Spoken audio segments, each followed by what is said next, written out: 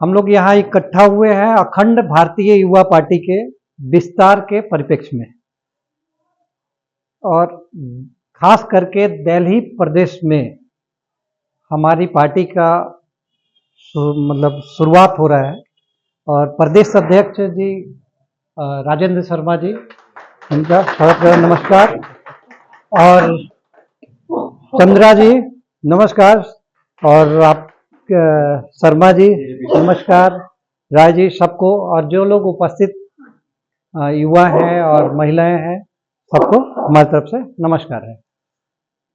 हम लोगों का यहाँ इकट्ठा होने का उद्देश्य ये है कि हम नई विचारधारा लेकर जनता के बीच जा रहे हैं और उसको जन जन तक कैसे पहुंचाया जाए और कैसे पूरा किया जाए, उस पर पूरा अध्ययन करते हुए पब्लिक के बीच हम लोग को जाना है।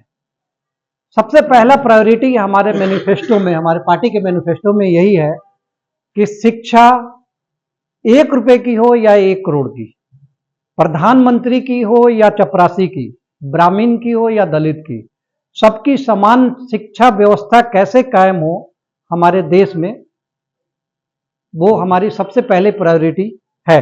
वो कैसे होगी, वो सारे फॉर्मेट बने हुए हैं, वो समय आने पर जनता के बीच रखा जाएगा। दूसरी है चिकित्सा प्रणाली, वो भी प्रत्येक व्यक्ति के लिए एक समान हो, मतलब प्रधानमंत्री हो या चपरासी हो, ब्राह्मण हो, दलित हो, गरीब हो, अमीर हो, वो कैसे हो सकता है, वो फॉर्मेट ऑलरेडी स्टडी किया हुआ चीज है। वो ग्राउंड पे जब इम्प्लीमेंट में आएगा तो मतलब प्रधानमंत्री का बच्चा या प्रधानमंत्री बीमार पड़े, उसी चिकित्सा प्रणाली में उसकी चिकित्सा होनी चाहिए जिस प्रणाली में उस गरीब बंदे का। वैसा सिस्टम कैसे हमारे देश में आए, उस पर सबसे पहला ये 2 चीज पर फोकस है। तीसरा हो गया रोजगार, हर हाथ रोजगार। ये हमारी प्रायोरिटी है हमारी पार्टी की, कि जो जिस योग्य है, जितना सक्षम है, उसको वहीं पे ट्रेंड करके छोटी छोटी कुटीर उद्योग एटलीस्ट उनको सौंपा जाए और उत्पादन कराकर उसको गवर्नमेंट द्वारा मार्केटिंग कराया जाए, जो कि आपको हर व्यक्ति को अगर रोजगार मिल गया, शिक्षा फ्री मिल गई, चिकित्सा फ्री मिल गई और संतोषजनक मिल गई, तो 90% प्रॉब्लम ऐसे खत्म हो जाता है। चौथा आता है न्याय प्रणाली, जो कि आज प्राइवेट बनी हुई है। 6 महीने में न्याय सुरक्षित मतलब सुनिश्चित करना। हर ब्लॉक, हर जिले, जैसे ब्लॉक लेवल पे जितने होते हैं, पंचायत लेवल पे या 4-5 वार्ड को सिटीज में मिलाकर न्यायालय का होना, 6 महीने में न्याय सुनिश्चित करना, ये प्रायोरिटी होगा।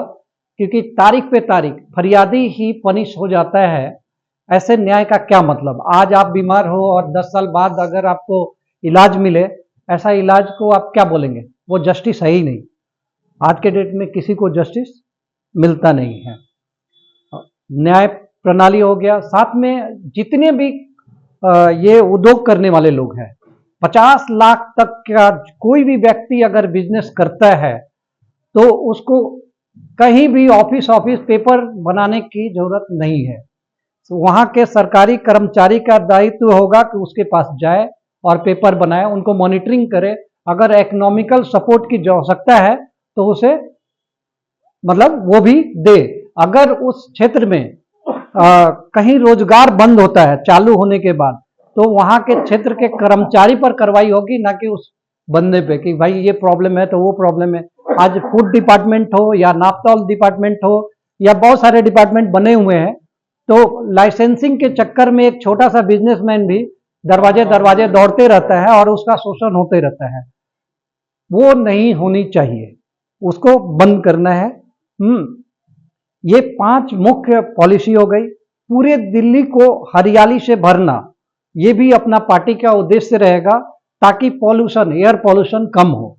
और ये पार्टी द्वारा भी चलाया जाएगा और सरकार से भी रिक्वेस्ट किया जाएगा, जो प्रेजेंट में ऑलरेडी म्युनिसिपल में या आपके दिल्ली सरकार में या केंद्र सरकार से जो भी सहयोग हो वो सहयोग करे और इसको भरे, ताकि एयर पॉल्यूशन कम हो और जल शुद्ध हो। इसके लिए यमुना को गहरा करके उसको दूसरे नदी से जोड़ा जाए और जितने नाले यमुना में गिरते हैं वहां पे डंपिंग पॉइंट बना के रिसाइकल करके जमुना में पानी छोड़ा जाए, ताकि जमुना शुद्ध हो और हमारे नहाने के लायक हो। ये हमारी पॉलिसी है, ताकि दिल्ली को शुद्ध जल और शुद्ध हवा मिल सके। किसानों के लिए, बुजुर्गों के लिए, जैसे कि आपने बताया कि पेंशन योजना, जो डिपेंडेंट हैं, बेरोजगार रहे हैं, बुजुर्ग हो गए हैं, तो उनके जीवन यापन के लिए 3,000 रुपये महीने की पेंशन योजना। स्त्रियां जो है उनके लिए भी ये सिमिलर रहेगा, पुरुष हो या स्त्री हो, सीनियर सिटीजनशिप है। अगर बेरोजगार हैं वो, तो उनको 3,000 रुपये महीने की जो है मासिक लाभ मिलेगा, ताकि वो अपने जीवन को सुचारू रूप से चला सके। भिक्षा उन्मूलन और जो जगह जगह पे सड़क पे खड़े होकर लोग भीख मांग रहे हैं, बिल्कुल बंद होना चाहिए। अभी उड़ीसा से होके आया हूँ, पूरे उड़ीसा में मंदिर के बाहर कहीं पर भी मुझे एक भिखारी दिखाई नहीं। नहीं,